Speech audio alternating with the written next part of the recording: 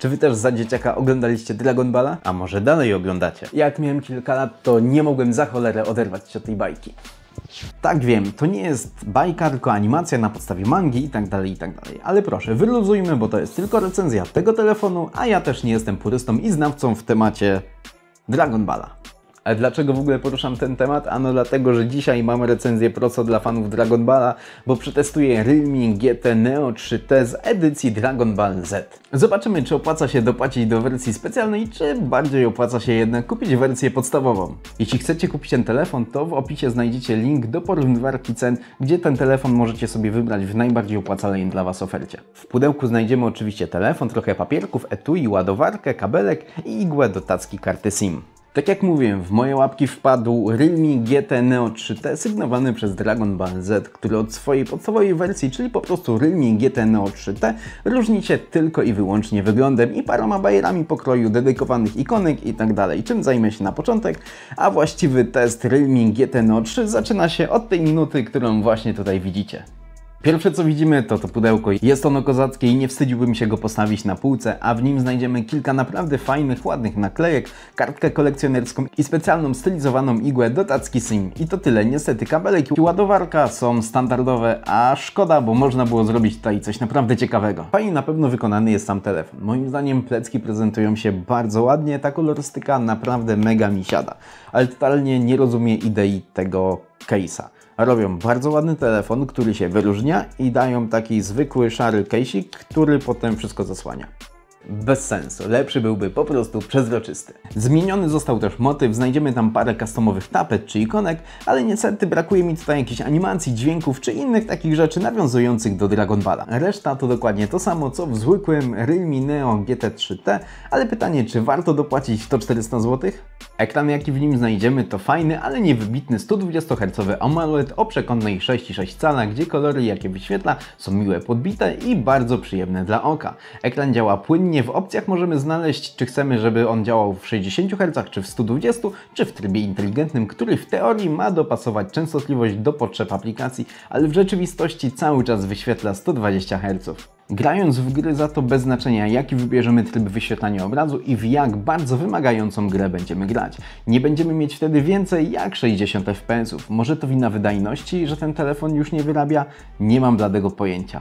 W każdym razie w telefonie znajdziemy już nie najnowszego, ale wciąż bardzo dobrego Snapdragona 870 sprzężonego z 8 GB RAM i możliwością wirtualnego rozszerzenia do aż 5 GB. Dostępne są dwa warianty pamięci 128 GB i 256, a telefon został pozbawiony slotu na kartę SD, co powoli zaczyna robić się standardem i szczerze mówiąc mi jakoś bardzo to nie przeszkadza, bo i tak głównie korzystam z chmury. Podczas normalnego użytkowania Realme praktycznie w ogóle się nie nagrzewa. Dopiero kiedy odpalimy naprawdę wymagającą grę i będziemy grali w nią już jakiś czas, to poczujemy pewne ciepło, ale nie oparzy nas to tak jak ta świeczka, jakbyśmy włożyli łapki w ten ogień. Tak, nie wiem po co zapaliłem tę świeczkę. Nie jest to może najszybszy telefon w tym przedziale cenowym, ale naprawdę nie ma co mu zarzucić. System działa bardzo płynnie, nie ma żadnych przycinek, a animacje nie klatkują. Ogólnie nie mam do czego się tutaj przyczepić. Telefon jest wyposażony w jakże kontrowersyjne 5G, które działa na nim naprawdę dobrze. Bez problemu dobiłem do limitu prędkości, jaki wyznaczył mi operator.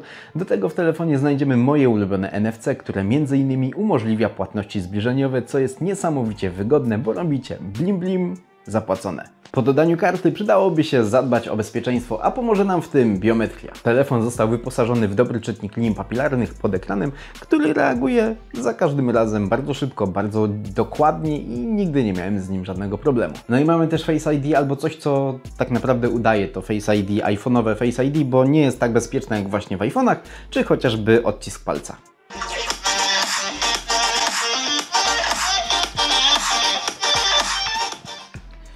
Jak słyszeliście, głośniki są naprawdę głośne i do tego są stereo. Mają trochę płaski dźwięk, ale wszystko jest jak najbardziej do zaakceptowania. Tym bardziej, że do naszej dyspozycji jest kilka różnych profili, które wyraźnie potrafią wpłynąć na jakość dźwięku. Jak przy dźwięku jesteśmy, to w telefonie nie znajdziemy gniazda jack 3,5 mm, ale szczerze mówiąc ja od lat go nie mam w telefonie i dzięki coraz lepiej działającowi Blue Touchowi nie odczuwam jego braku. Nie narzekam też na brak baterii, bo znajdziemy tutaj akumulator o pojemności 5000 mAh, który bez problemu starczy wystarczy na 5 do 6 godzin na ekranie, co przekłada się na jeden normalny dzień pracy. Jeśli jednak zabraknie Wam prądu, spokojnie, nic się nie bójcie, wystarczy, że zejdziecie do tego całego kabelkowego syfu, podłączycie 80W ładowarkę, która jest dostarczona do zestawu, no i telefon naładuje Wam się w około 30 minut do pełna.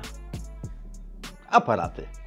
W tym telefonie znajdziemy łącznie 4 aparaty, 3 z tyłu i 1 z przodu. Pierwszy główny jest wyposażony w 64-megapikselową matrycę, drugi szeroki 8-megapikselowej matrycy, no i trzeci obiektyw makro z 2-megapikselową matrycą. Fajnie, że on jest, ale gwarantuję Wam, że szybko o nim zapomniecie. A robiąc fotki głównym obiektywem przy dobrym oświetleniu, dynamika jest na dobrym poziomie, tak samo szczegółowość. Jesteśmy w stanie zobaczyć dużo detali zarówno w fotografii miejskiej, jak i przyrodzie. Zdjęcia są jasne, dzięki czemu wszystko, co znajduje się w cieniu, jest widoczne, ale niestety zdarza się, że zdjęcia są miejscowo przepalone. Tryb AI potrafi czasami mocno przejaskrawić kolory, powodując, że wszystko wygląda bardzo nienaturalnie. Zdjęcia robione szerokim kątem są spójne kolorystycznie z głównym aparatem, ale niestety ich poziom szczegółowości jest znacznie mniejszy. To, co mocno mnie zaskoczyło, to dwukrotny zoom, bo fotka praktycznie nie traci na jakości. Natomiast zoom razy 5 jest używalny, da się z niego korzystać, ale ma znacznie więcej szumów i niedoskonałości. Kiedy robi się ciemno, mamy do dyspozycji dwa tryby nocne. Pierwszy automatyczny nocny oraz jakiś hiper turbo super świetny tryb nocny. Ten pierwszy, czyli nocny automatyczny, radzi sobie dobrze przy lekkim zmierzchu, ma fajne naturalne kolory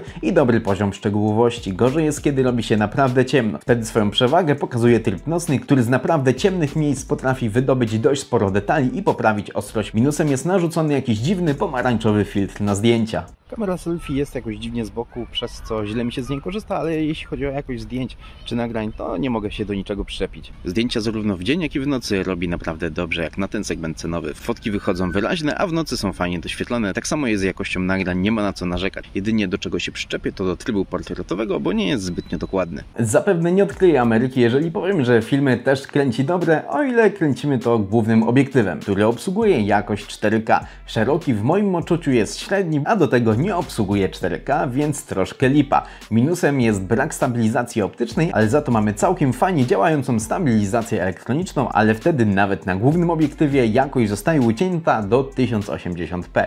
Tryb nocny jest po prostu poprawny, widać co ma być widać, ale nic więcej bym od niego nie oczekiwał. Podsumowując, jest to dobry telefon za cenę około 2000 zł. Czy warto dopłacić to 400 zł do wersji Dragon Balla? To już kwestia dyskusyjna. Jeśli jesteście fanami Dragon Balla, chcecie mieć dość wyjątkowy gadżet z tego uniwersum, to czemu nie? Jest to dobry i fajny telefon z nie najgorszym aparatem i dobrą wydajnością, ale musicie zdawać sobie sprawę, że dopłacając te 400 zł możecie kupić lepszy telefon, albo po prostu telefon wart 2000, ale bez loga Dragon Balla. Decyzja należy tutaj tylko i wyłącznie do Was. I teraz Wam bardzo dziękuję za oglądanie tego odcinka. Mam nadzieję, że on Wam się podobał. Tradycyjnie link do telefonu znajdziecie w opisie. Dziękuję firmie, która udostępniła mi ten telefon. No i co? Widzimy się w kolejnych odcinkach, kolejnych filmach, zarówno tu na YouTubie, jak i na TikToku. Dzięki wielkie, cześć!